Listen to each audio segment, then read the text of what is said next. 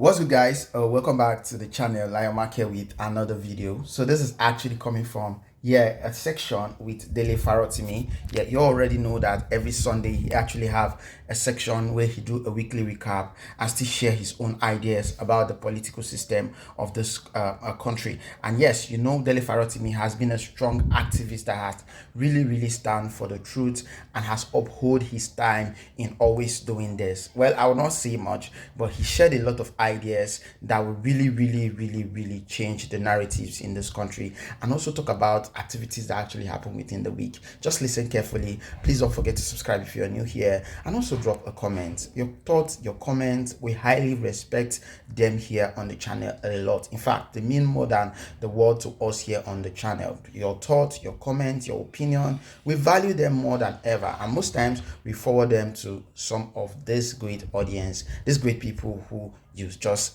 are listening to here on the channel. So let me give you the space. Enjoy the video. After that, drop a comment below. Don't forget, this is for fair use purpose here on the channel, and all rights reserved belongs to Dele Farotimi, guys. Let's start with the week that was.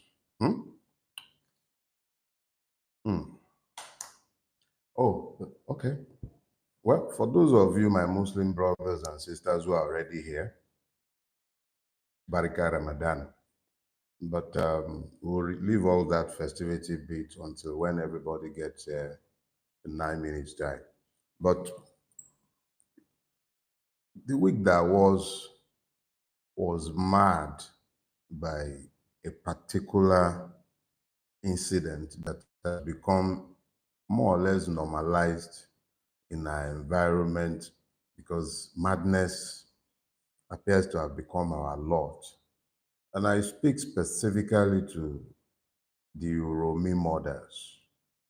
I call them murders because in reality, that's what they are. You can't call them any other thing.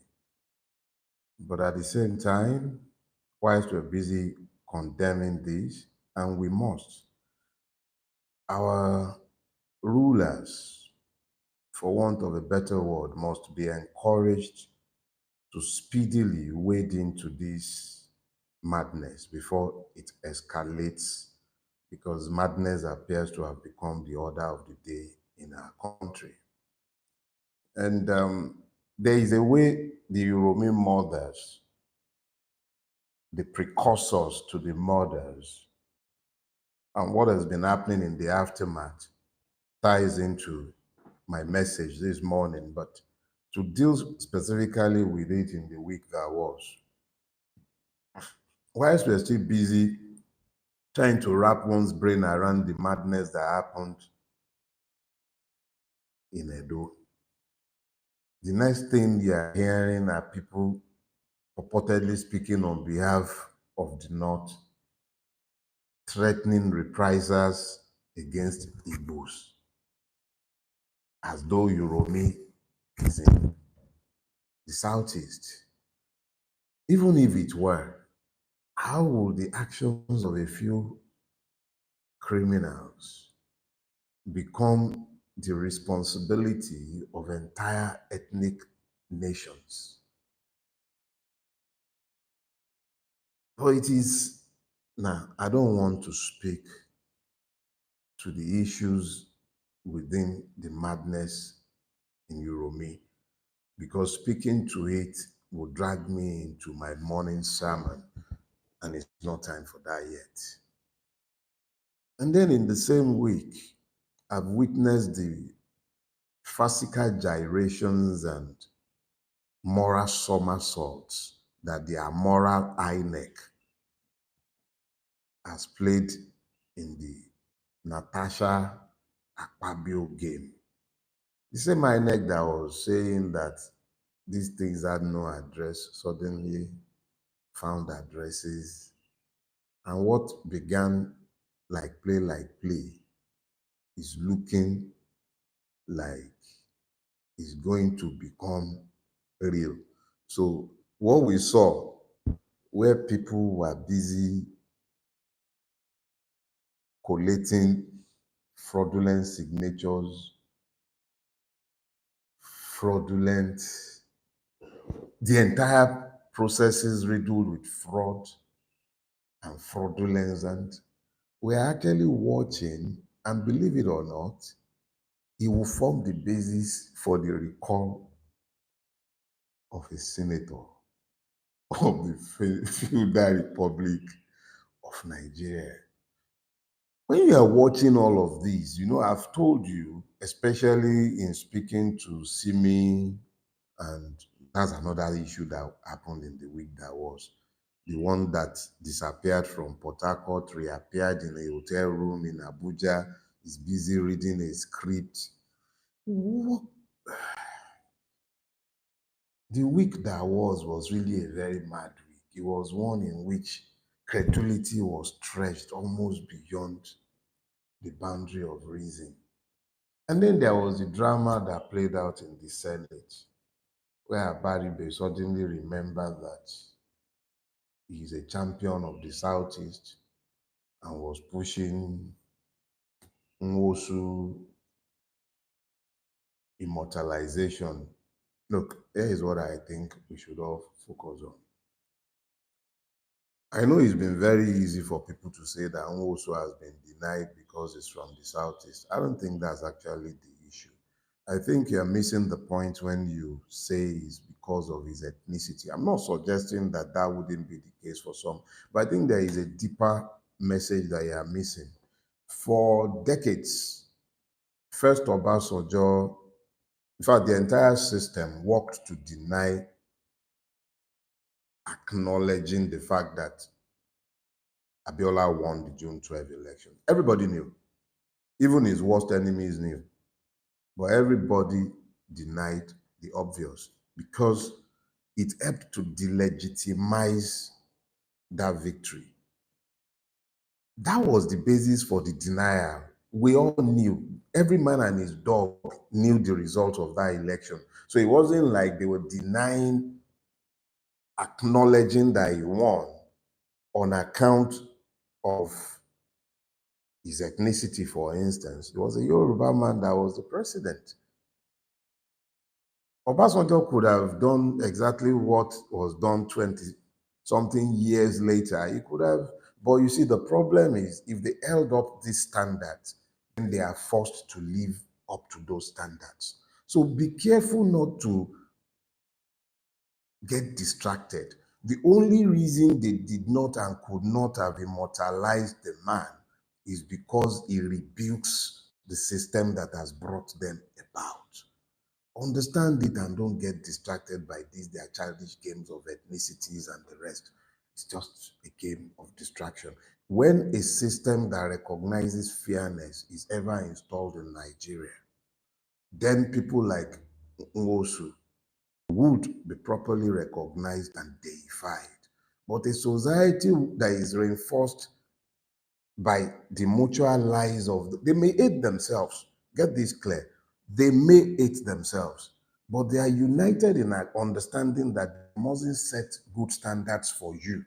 Because if they set these standards, you begin to ask questions. If this man conducted elections in 1993 and is being deified after the most fraudulent election and judicial process to enthrone a president, you will then begin to demand a process as transparent as the one that the man evolved and that we are all acclaiming.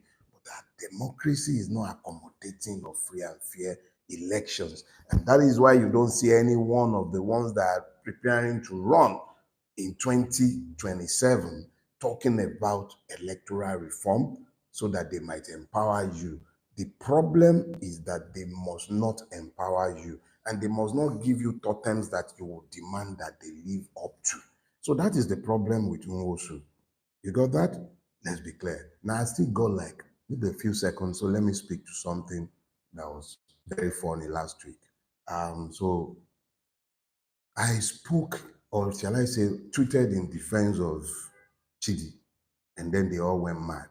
I don't mind you guys going crazy on me. See, the thing is, I live in the future that you are destroying today. I see the effect of the things that you are doing now and the ones you did yesterday. I see the effects in the future because I live in the future.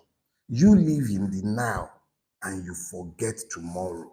I live in tomorrow and I see the destruction you're wreaking today. Because I see the destructions, I can't keep quiet, right? So I hate bigotry. Let's be clear about that. But before there was a GD, there were multiple agbayas, omode shares, people who took it upon themselves to weaponize hatred. That was the week that was. This is a brand new week. And in this new week, I want us to speak to the subject, the original criminals. Good morning again, everybody. And Ramadan Kareem to you, my Muslim brothers and sisters. Don't worry, I know you guys are not mothering any rams, so I'm not getting any ram from you at this time. But it is nice to know that I'm going to be seeing my Muslim friends who have gone incognito since Ramadan began. It's good to have you all back. God bless you all.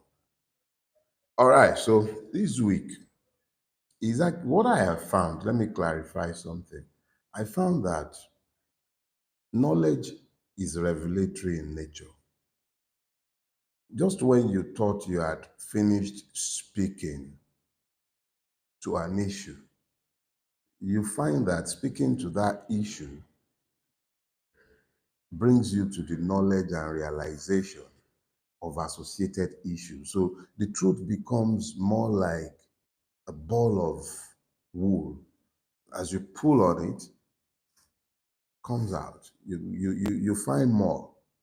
So today I want us to speak to the original criminal. You know, we spoke to shadow criminals last week. This week, I will be going back to my Yoruba roots for my scripture this morning. I use this proverb a lot of times. I've pondered it for years, and each time I've pondered it, pretty much like that ball of wool thread. It keeps coming. So, what I want to talk to, Yorubas will say that ìlú tí kò sí òfin, ẹ̀ṣẹ̀ kò sí níbẹ̀. I'm sure you've heard me say that several times. What it says is that a land devoid of laws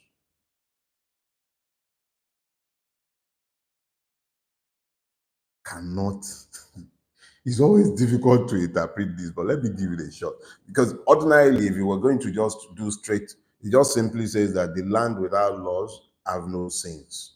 But that is not what the Yorubas. Oh, no volume?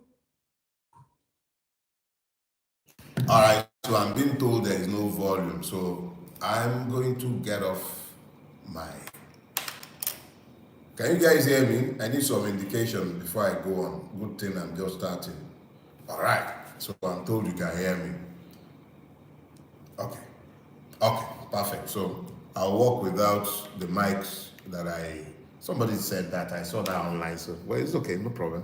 So here is the thing. Yorubas will say, ìlú tí kò sí òfin, ẹ̀ṣẹ̀ kò sí. A land devoid of laws is also devoid of sins. But this is and would be anatemic to the Yoruba worldview. The Yorubas have all kind of sets of rules and taboos and laws, do's and don'ts by which they regulate their daily lives. They would make sure, all right, so they would make sure at all points in time that whatever it was,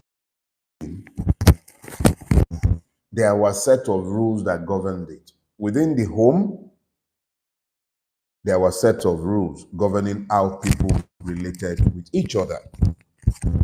Within the society, there were rules by which people related with each other.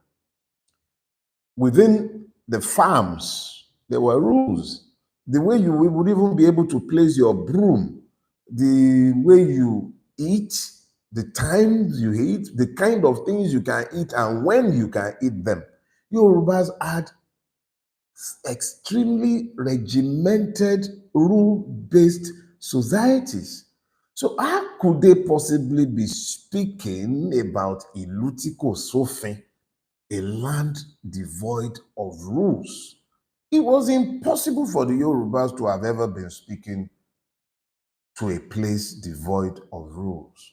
So every time I have sat down over the years from my childhood, from when I'd learned that proverb, hearing it from my grandparents, from seeing the kind of rules by which we lived, it had always seemed like a contradiction. And I'd often wondered exactly what do they mean. But keep that proverb in mind. We'll come back to it. We need to travel a little deeper.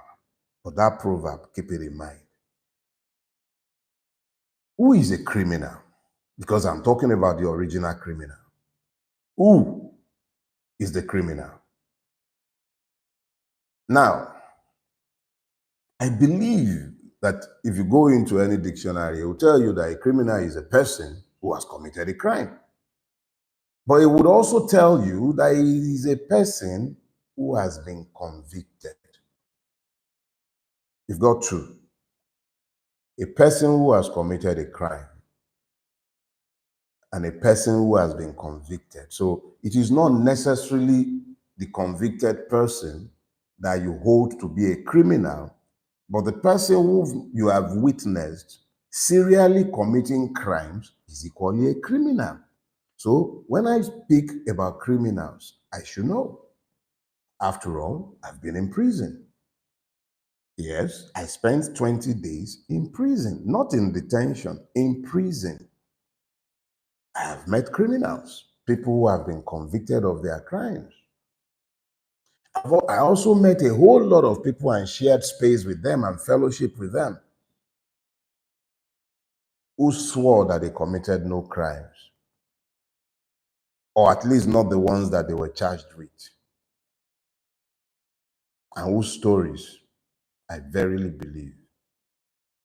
So they were in prison, but they were not criminals. But there were also criminals who were already in prison. But who are the original criminals? Because I wasn't speaking to those ones. But before you can speak to who the original criminals are, let's ask ourselves, what are laws? It's very simple.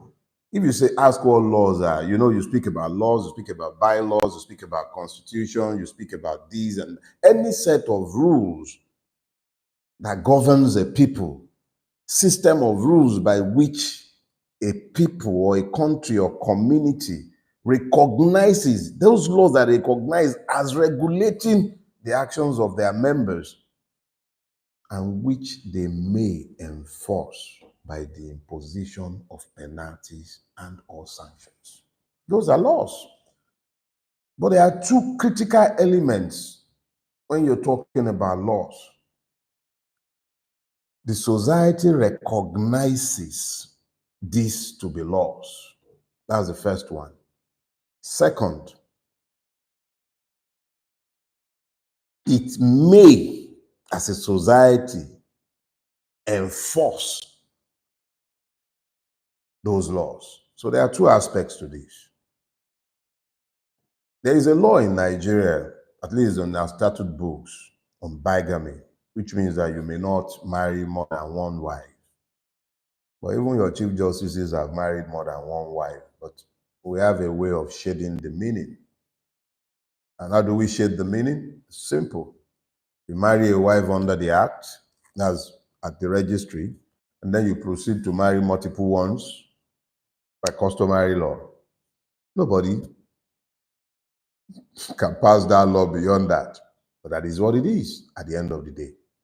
So the society does not recognize the validity of that law, and because we do not recognize the validity of that law, it has never held. Oh, no smoking in public spaces. There are big laws on our books, but nobody recognizes the validity of these laws So people keep doing whatever they please.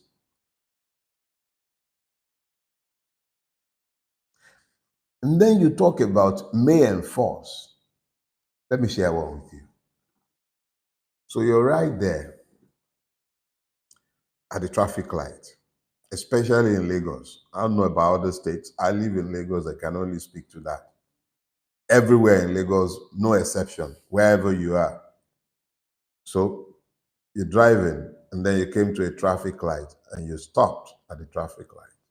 The next thing you know, that guy driving the commercial bus, he circles right there in front of you. Last mile is there. Lawma self did there. The police is standing right there. And the guy zooms off, goes to the bus stop right next to the last mile guy, and he picks his passenger and he continues. Meanwhile, you are at the traffic light.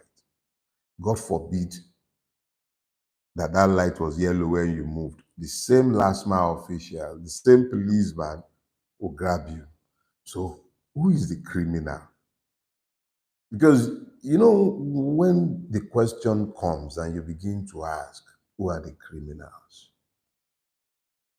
I tell you that the problem we have is that we have all become as criminals. The original criminals are drawn from within the society in which we live because our norms have collapsed as a people. For laws to be laws, the people must recognize these laws as laws. And then the laws must be even-handedly enforced for it to be valid in a society governed by law. So if you are asking who the original criminals are, it's me and you, all of us. But some people in every society are the ones that are structured to carry the law. So here is where we go.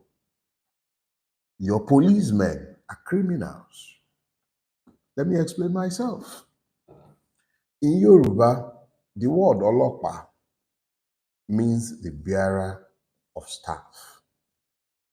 What staff does the person bear? The staff of the king's authority, a staff of office. So when he bears this insignia and he goes to a place, he pronounces the king's word and he is called Olokpa, Olokpa Oba. Right? Now, if the person is Olokpa, but the person who bears the Opa, the signal of the authority of the law, is himself unrestrained by the law, because the law does not grant a power that it also does not restrain. When the law grants you a power, it sets the limits of the powers that it has granted so that the power may not be abused. Power corrupts. That is the totality of the purpose of power. So when the law and every society breeds power, so when the law grants a power, it also sets the guardrails by which that power is exercised. So when a person takes power by law, quote and unquote, whether the process had been subverted or not, but this power is taken by law, the power is equally limited by law, except the criminality that governs the electoral process is not allowed to end with the electoral process and has been carried over into the governing system. When criminality is now carried over into the governing system, the rulers become as criminals because they are not bridled by law. When the interpreters of the law finds basis for interpretation outside of the canons of law that they are asked to interpret consistently, When judicial anarchy reigns supreme instead of the rule of law, what you have are criminals in error. Now,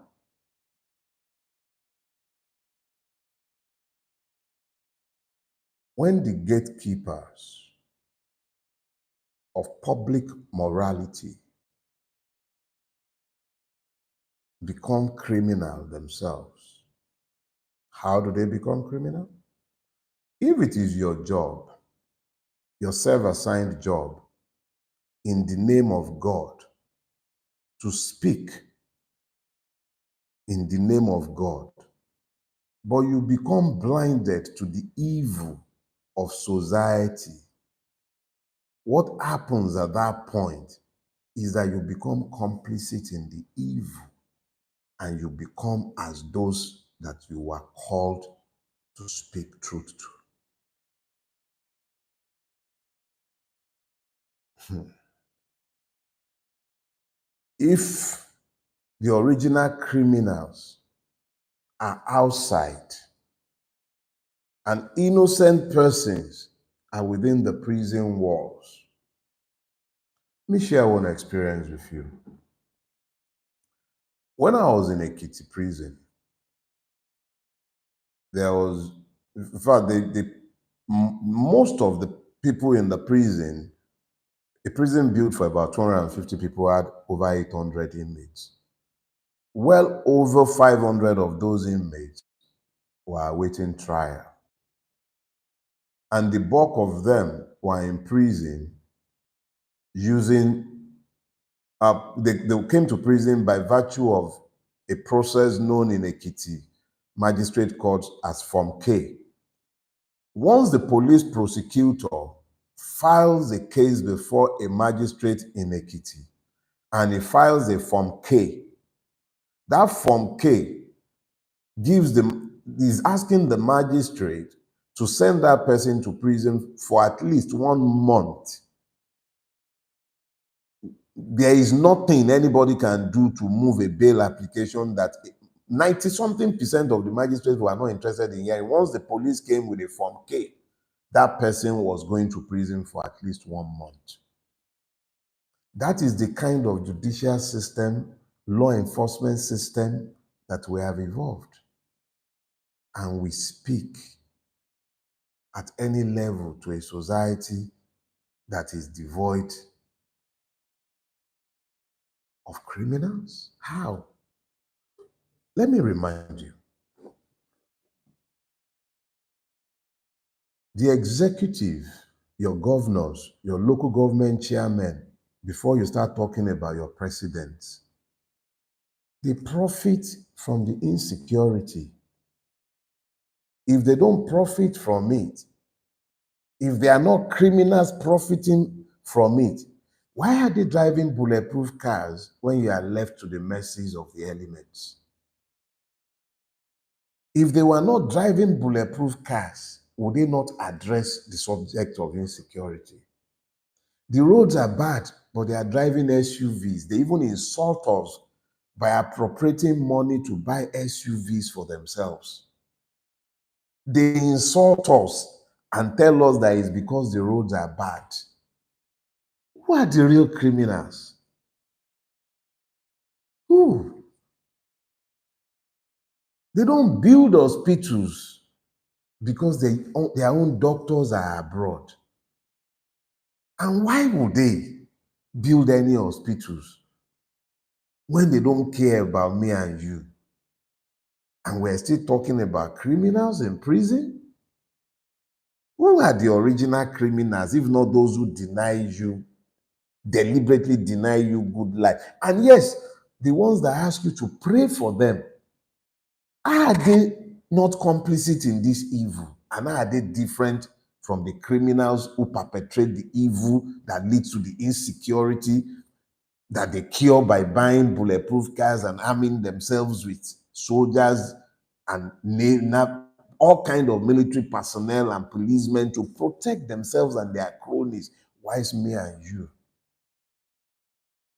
have to keep living by faith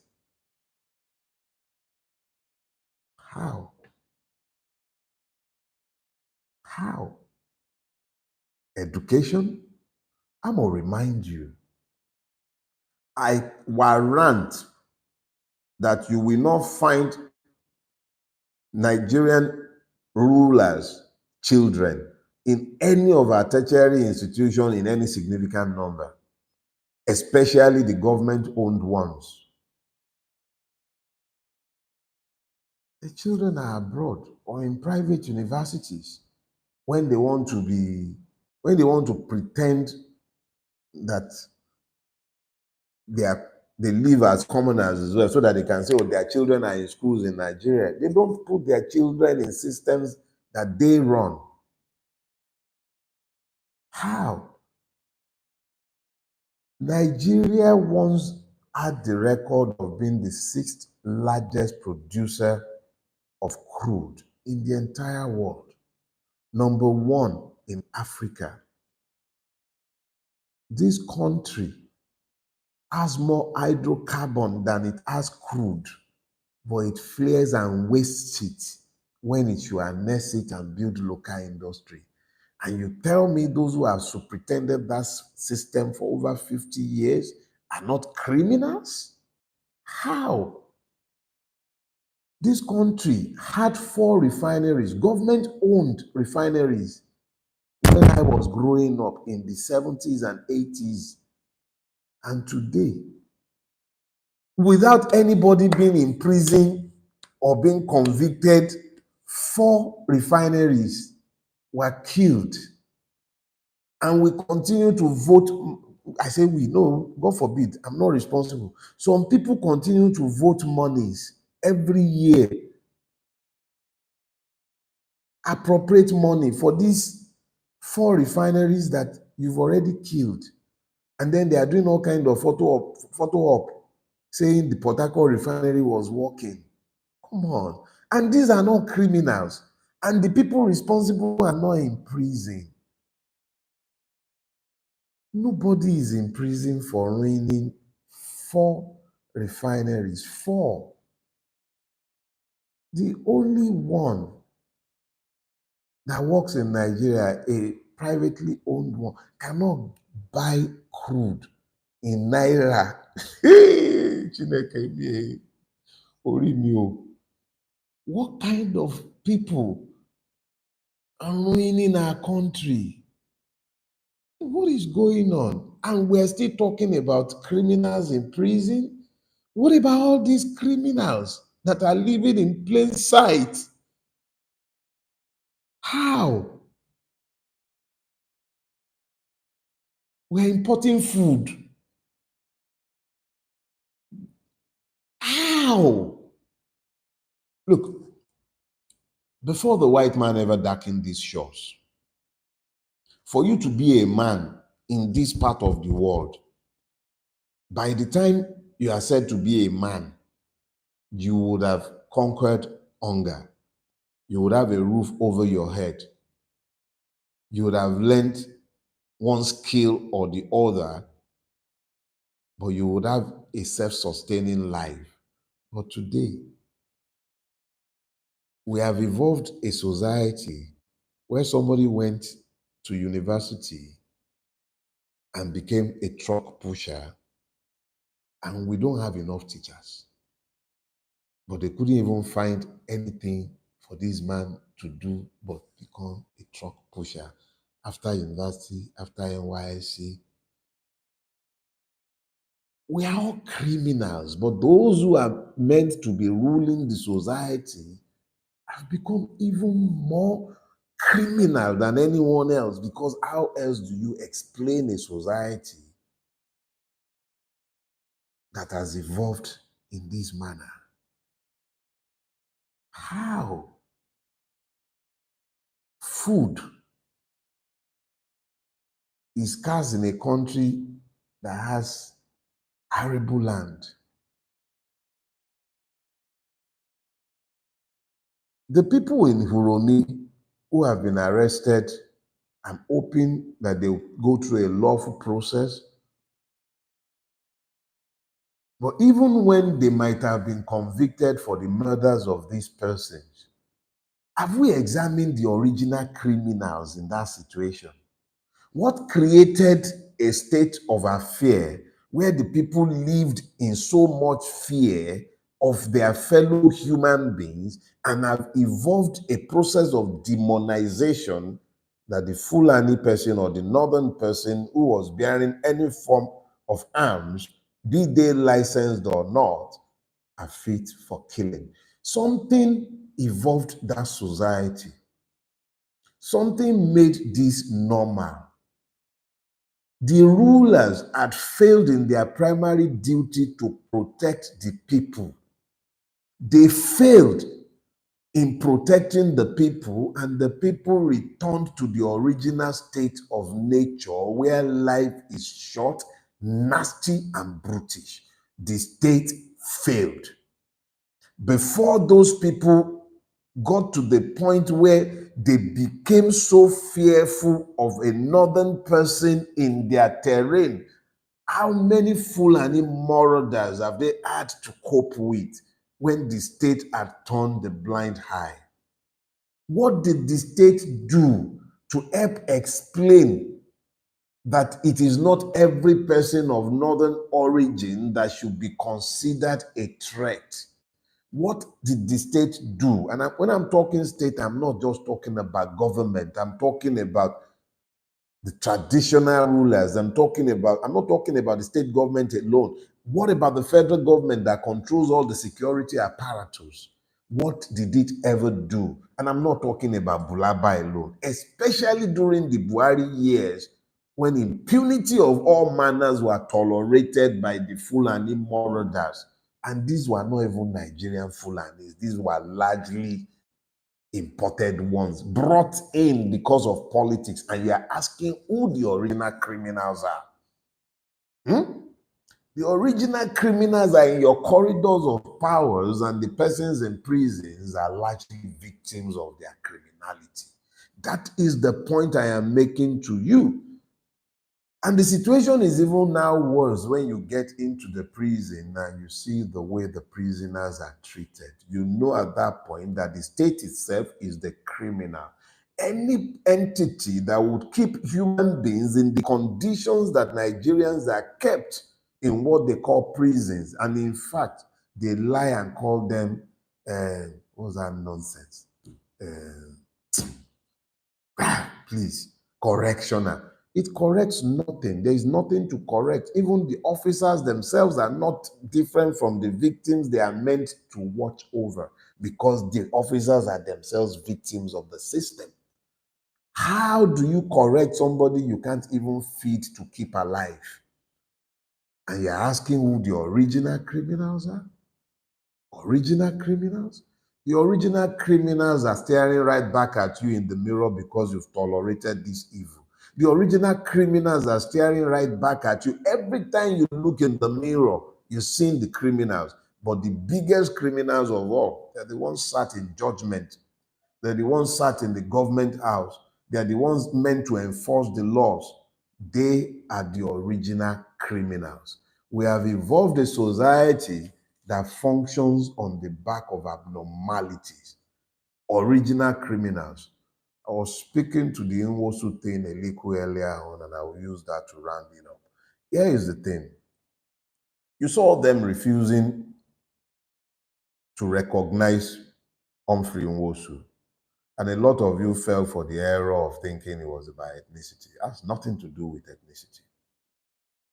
If it was about ethnicity, state governments in the southeast could have set the ball rolling by immortalizing him. Anambra could set the ball rolling. They could name their electoral commission building. Start with that. But it's not about ethnicity. It's never been about ethnicity.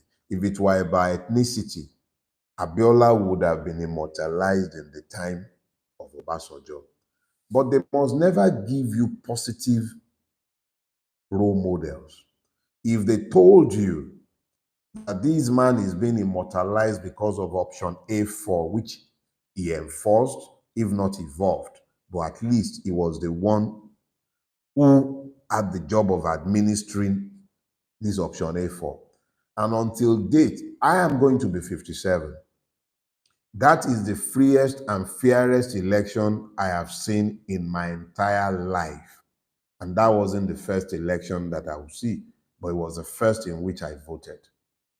I have not seen another election anywhere near as credible. How do you then expect these products of fraud and fraudulence, whether that be of the judicial process or be that of the electoral system, how do you expect them to hold up a man who symbolizes free and fair elections? How? They can never do that. So when you fall for the bait of ethnicity and you start thinking it's about ethnicity, you are just as foolish as they believe you to be. It is easy to lose sight of the fact. Obasanjo is not only a Yoruba man, he's from the same town as Abiola. He resisted ever allowing them to recognize June 12th.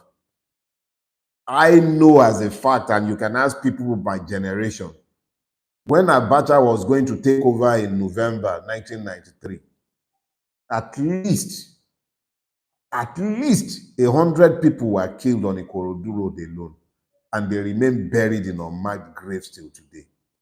Obasanjo took powers just 6 years later. 6 years later, in spite of his complicity in the June 12th debacle, he couldn't find the grace. He could never find the grace to immortalize the victims because they could not afford to allow the people to understand the powers that they have. In immortalizing Abiola, it would have been deifying the power of the people's vote. How could he do that when he was preparing for a tsunami of 2003? It would have been rank hypocrisy. So he couldn't do it, and he didn't do it. And for years, it was resisted. It took a dictator, a lawbreaker, a killer of democracy like Buhari to come and play the politics of immortalizing Abiola, because by then they had established this reign of madness that has overtaken all of us. Let us be clear. The real criminals are closer to home. It's me and you, and it is our rulers. We are the original criminals. We tolerated these. That's why we've become acculturated to it. We tolerated it, we mollycoddled it, we explained it. There are certain churches where they are lying to you as I speak to you right now. And in spite of the fact that you have been busy fasting yourselves, you are dieting, most of you. You are dieting because, in fact, some of you, you were dieting all through the Ramadan because you were busy pursuing the path of the monafik right there whilst you were fasting. You were fasting, you were busy recalling Natasha with lies. You were fasting. Each and every one of the person involved, some of you would even say you are Muslims, some would say you are Christians, but of every one of you, and you sat there. What did you do when you were done being part of that evil? You washed your hand. You helped normalize it. Oh, it's just politics. It's just politics. You are not from Kogi. You're not from Kogi, but you normalize the evil in Kogi. You found a reason to normalize it. Ethnicity, politics, religion, and you were busy.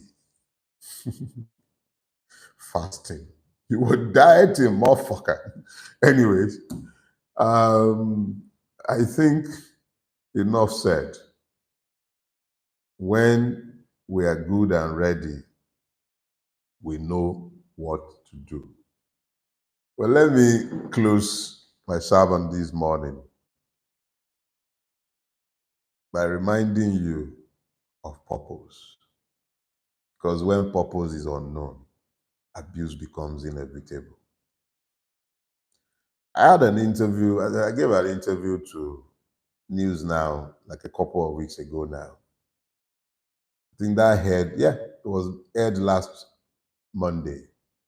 And in that interview, I said, amongst many other things, that I warrant that if Tinubu gave the National Assembly, if he sent a bill, it might not even be the one to send, it might be a member's bill that will go before the National Assembly, and he will tell the National Assembly that His Excellency Imperial Majesty desires a third, fourth, or fifth time. And I said it will be granted. And then I heard the Ebora of Owu pretty much echoing the same thing later in the week, this last week. And I laughed inside of me because there was something else I said to you lot that you probably didn't pay attention to. And I must have said that, I think, around September. I said, pay attention to Fagbemi, your Attorney General. I assure you, you hear me? I assure you, full-blown dictatorship is upon us. I don't know for how much longer the likes of me will be tolerated before they will find a way, one way or the other, whether using the same criminal system as they have done before, or maybe this time around they will find more ingenious ways. I don't know how long they will tolerate the likes of me, but I assure you, we're already in a full-blown dictatorship. It masquerades as a democracy, but it is not. This is a criminal empire now, full-blown one. For some of us, we have resolved. We're not going nowhere. You hear me? But be prepared. Don't be fooled. If we are going to come out of this, it will be because we resolved as a people that enough is enough. There must be a point where the elasticity breaks. Because these people, we've been talking about electoral reform, and I'll continue to speak about it. And we have actually now more or less rounded up our work on the draft bill. But it's getting to the point where I actually begin to doubt, verily doubt, if we'll be able to get any concessions out of this system through the electoral pass. But that's another story for another day. Let me seize this opportunity to invite each and every one of you, as many of you as are in the Lagos axis, keep in mind and keep your date, keep your calendar free for the 10th of April. Remember, I took on the role of the National Organizing Secretary of Afenifere. We would be having a public lecture symposium at the Moson Center on the 10th of April. That's the day that would have been Chivayo Adebanjo's 97th birthday. So we have this event slated in honor of him, but it was something we were already planning before Baba's demise. We'll be putting more information in the public space in the coming days. But get something clear. We have to organize ourselves around ideas and ideals.